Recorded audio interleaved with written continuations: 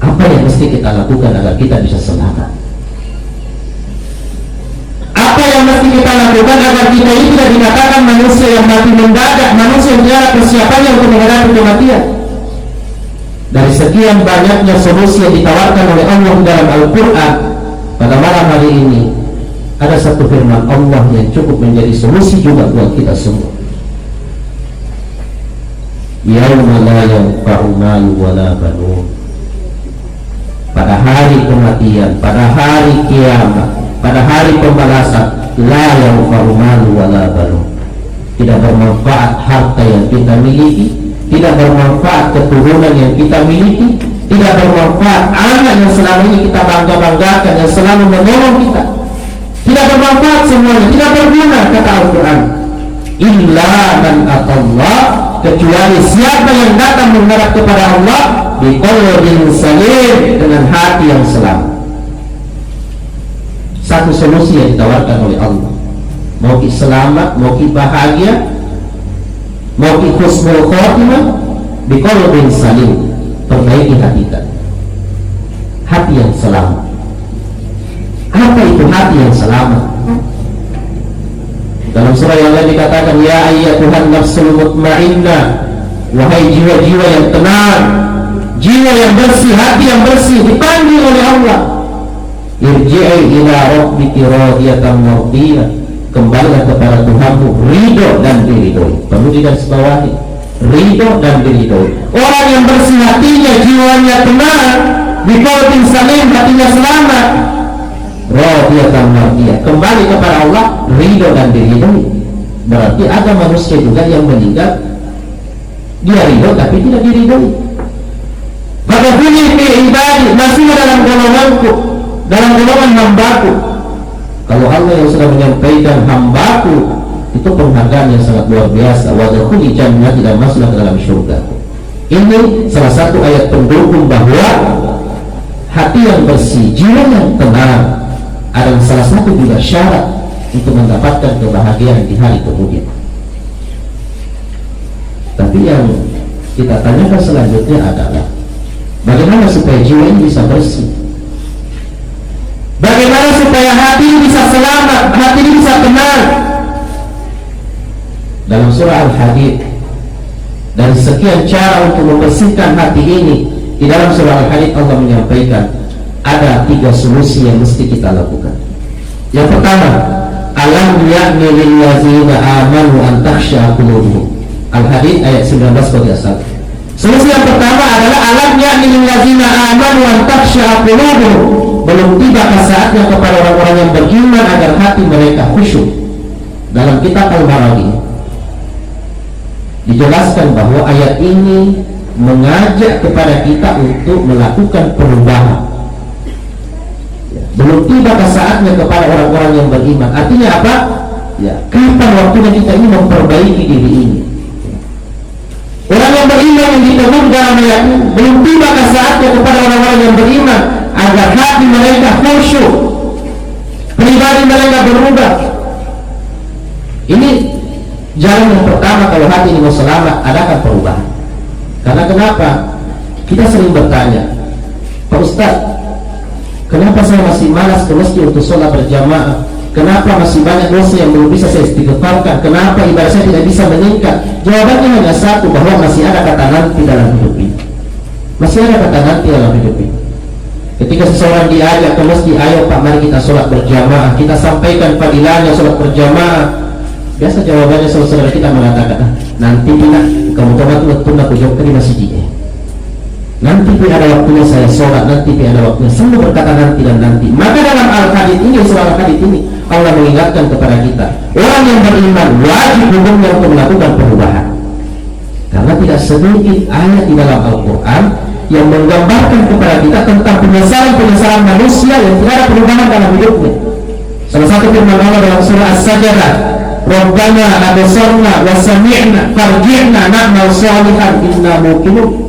Di akhir kelak akan ada manusia menangis di hadapan Allah. Apa yang dia katakan? Absarna, ya Allah saya sudah melihat. Kita wa sami'na, saya juga sudah mendengar ya Allah. Kenapa di dalam ayat ini Allah mengatakan Rabbana absarna wa sami'na? Allah menyinggung tentang penglihatan, tentang pendengaran. Karena memang manusia ketika diajak kepada kebaikan, biasa jawabannya seperti ini, matu pilihan. Matu pilihan. Maka dalam ayat ini Allah menyatakan Rabbana absarna wa sami'na. Akan ada manusia nanti menangis di hadapan Allah sambil mengatakan, ya Allah, kita, saya sudah melihat, saya sudah mendengar. Farji'na na'mal sholih. Kalau bisa ya Allah, kembalikan saya ke dunia untuk beramal soleh. Inna muqinun, karena sesungguhnya kami sudah beriman. Di akhirat baru beriman. Dalam ayat dalam surah Ar-Ra'd dikatakan, farji'na na'mal sholihan ghairal ladzi kunna na'mal. Kalau bisa ya Allah, kembalikan saya ke dunia untuk melaksanakan amalan-amalan yang pernah saya tinggalkan. Maka dalam ayat Allah dikatakan juga, kalau bisa ya Allah, hanya satu kali sujud saja. Kalau bisa ya Allah, kembalikan saya ke dunia walaupun hanya satu kali sujud. Dan masih puluhan ayat dalam Al-Quran yang mengingatkan kepada kita bahwa penyesalan terbesar manusia di hari kemudian adalah ketika tidak ada perubahan dalam hidupnya. Mati ini cukup menjadi nasihat kepada saya, kepada kita semua. Ketika masih ada kesempatan yang Allah berikan kepada kita, mari kita manfaatkan dengan sebaik-baiknya. Jangan menunggu waktu ya. Sama prinsipnya para pengusaha ya. Jangan menunggu banyak uang baru kita bergerak ya. Dalam agama ya. Jangan menunggu waktu luang untuk bertaubat, untuk beramal, tapi manfaatkan kesempatan yang diberikan oleh Allah kepada kita. Jadi agar hati ini bisa selamat, jiwa ini bisa tenang. Solusi yang pertama, hilangkan kata nanti dalam hidup ini. Berani mengatakan, saya harus berubah menjadi lebih baik. Bukan besok, bukan lusa, bukan tahun depan, bukan. Hari ini, detik ini, ucapkan Bismillah, Astagfirullah. Saya memohon ampun kepadamu ya Allah atas segala dosa yang pernah saya kerjakan. Insya Allah saya berjanji akan menata hidup ini menjadi lebih baik sebagai bentuk persiapan saya menghadapi kematian. Ini yang perlu kita tanamkan. Yang kedua, agar jiwa ini bisa tenang, bisa dikatakan qalbun salim, hati yang selamat. Li zikrillah. Lanjutan ayat, li zikrillah. Banyak zikir kepada Allah. Isi hati ini dengan zikir. Bahagiakan hati ini dengan zikir. Bahagiakan hati ini dengan zikir. Makanannya hati adalah zikir. Dalam ayat yang lain dikatakan, ala bi zikrillah tatma'innul qulub. Ketahuilah bahwa dengan mengingat kepada Allah, hati ini menjadi tenang. Tidak ada ketenangan kecuali zikir kepada Allah. Tidak ada kebahagiaan kecuali kembali kepada Allah. Dunia memang betul bahagia, tapi bahagianya hanya sebentar. Kalau memiliki baju baru, memiliki motor baru, bahagianya hanya ketika baru ya. Dengan isi tahun, berumur 1 tahun motor tak ya, tidak bahagia. Karena waktu baru-baru itu ya, nasi kita maka tidak mungkin kata lu bisa ya. Setiap ada tetangganya lewat, cuci lagi. Berumur 1 tahun kendaraannya ya biasa-biasa. Tapi tidak seperti istri kita ya, jangan memakai daya Tommy Kobeni baru, tidak ya, persoalan istri persoalan lain. Bahagia sampai kakek-kakek, nenek-nenek. Isi dengan zikir, bahagiakan hatinya dengan zikir. Karena jiwa ini, batin ini itu ibarat teko ya, teko ini hadirin, itu tergantung apa yang kita isikan. Kalau teko ini kita isi dengan air putih, maka yang keluar dari mulut teko ini adalah air putih juga. Kalau teko ini kita isi teh, maka yang keluar dari mulut teko ini adalah teh. Tapi kalau kita isi arak, maka yang keluar dari mulut teko ini juga arak yang memabukkan. Artinya apa? Teko ini tergantung apa yang diisikan. Sama dengan hati ini, tergantung apa yang kita isikan. Kalau kita isi hati ini melalui pendengaran, melalui pengingatan hal-hal yang negatif, maka yang muncul karakter akhlak yang jelek juga. Maka dalam Al-Quran ditekankan, isilah hati ini dengan zikir kepada Allah. Supaya apa? Akhlak kita terbentuk dengan akhlak yang baik. Ini tergantung apa yang kita isikan. Sama juga kalau hati ini sakit,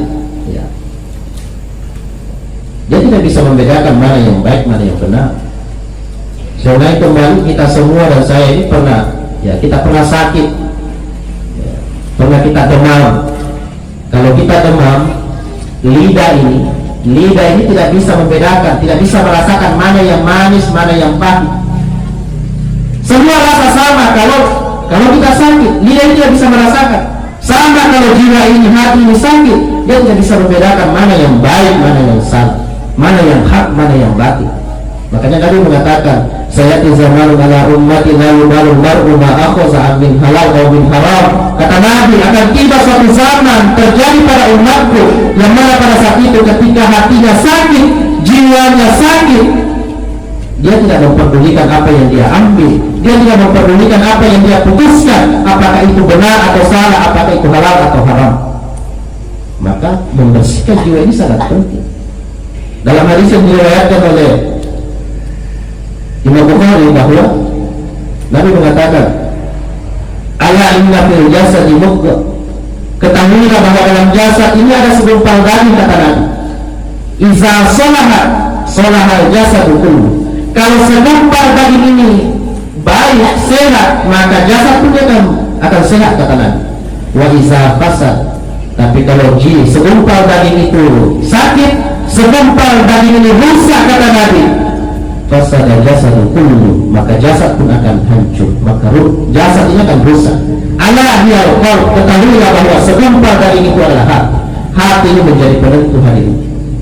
Makanya kembali saya ingatkan bahwa dalam ayat tadi, ketika tidak bermanfaat harta yang kita miliki, tidak bermanfaat keturunan yang kita miliki pada saat kematian menjelang pada saat hari akhir, hari kiamat, illa man ataqa bi qalbin salim, kecuali hati yang selamat. Bahkan hadis yang paling populer yang sering kita dengar, innallaha la yanzuru ila ajsamikum wa la ila aswarikum. Allah tidak melihat bagaimana penampilan kita, Allah tidak melihat bagaimana rupa kita, walakinallaha yanzuru ila qulubikum, tapi yang dinilai oleh Allah, yang dilihat oleh Allah adalah hati kita. Hati kita. Ini solusi yang kedua. Isilah hati ini dengan zikir, maka insya Allah jiwa ini akan tenang. Jiwa ini akan tenang. Kemudian yang terakhir, wa ma nazala minal haq, jadikan Al-Quran sebagai pedoman dalam hidup kita. Dalam surah An-Nisa, wa man lam yahkum bima anzalallah fa ulaika humul fasiqun. Barang siapa yang tidak menjadikan Al-Quran sebagai hukum, sebagai pedoman, sebagai tuntunan dalam hidupnya, fa ulaika humul fasiqun, maka akan terjadi banyak kerusakan. Dari semua masalah yang kita hadapi hari ini, mulai masalah rumah tangga, masalah kantor, masalah pekerjaan, masalah negara, solusinya hanya satu, kembali kepada Al-Quran. Allah sudah menetapkan, wa man lam yahkum bima anzalallah, barang siapa yang tidak menjadikan Al-Quran sebagai hukum, sebagai pedoman, fa ulaika humul fasiqun, yakin bahwa di situ ada kerusakan. Sehebat apapun kita, kalau bukan Al-Quran tuntunannya, bukan pedomannya, fasiqun, pasti akan banyak kerusakan.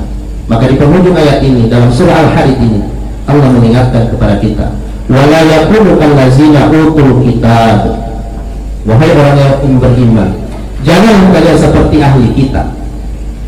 Bagaimana itu ahli kitab? Faqala alaihimul amadu faqasat qulubuhum, telah diberikan waktu yang lama, umur yang panjang, tapi tidak ada perubahan dalam hidupnya. Meninggal saudaranya, biasa-biasa saja, tidak ada hikmah yang bisa dipetik. Berbagai macam tanda-tanda kekuasaan Allah diperlihatkan. Faqala alaihimul amadu, tidak ada perubahan. Faqasat qulubuhum, maka hati mereka menjadi keras. Hati mereka menjadi keras. Wa katsirun minhum fasiqun, dan hati yang keras akan membawa kita kepada kefasikan. Maka hikmah daripada Al-Hadid ini, surah Al-Hadid ini adalah memperbaiki hati, membersihkan jiwa ini adalah suatu hal yang sangat penting. Karena jiwa yang bersih, di situ akan lahir nilai takwa. Nabi ketika khutbah di atas mimbar, beliau menyampaikan sambil menunjuk darahnya, Nabi mengatakan at-taqwa hahuna. Nabi mengulang 2 kali, at-taqwa hahuna. Takwa itu lahir dari hati. Takwa itu lahir dari hati. Jadi kalau kita ingin menginginkan revolusi akhlak, menginginkan karakter yang baik, maka yang gerakan yang harus kita lakukan adalah memperbaiki hati, bersihkan jiwa ini. Karena di sini akan lahir semua karakter, tergantung apa yang kita isikan. Maka sebagai kesimpulan kajian kita pada malam yang kedua ini, Yang pertama kepada kita semua orang tua saya, Bapak Ibu, keluarga besar daripada almarhum orang tua kita Pak Haji Agung, mari kita bersabar, mari kita ikhlaskan kepergian daripada almarhum. Ya, semoga Allah senantiasa menjadikan sebagai amal jariah atas apa yang ditinggalkan kepada keluarga.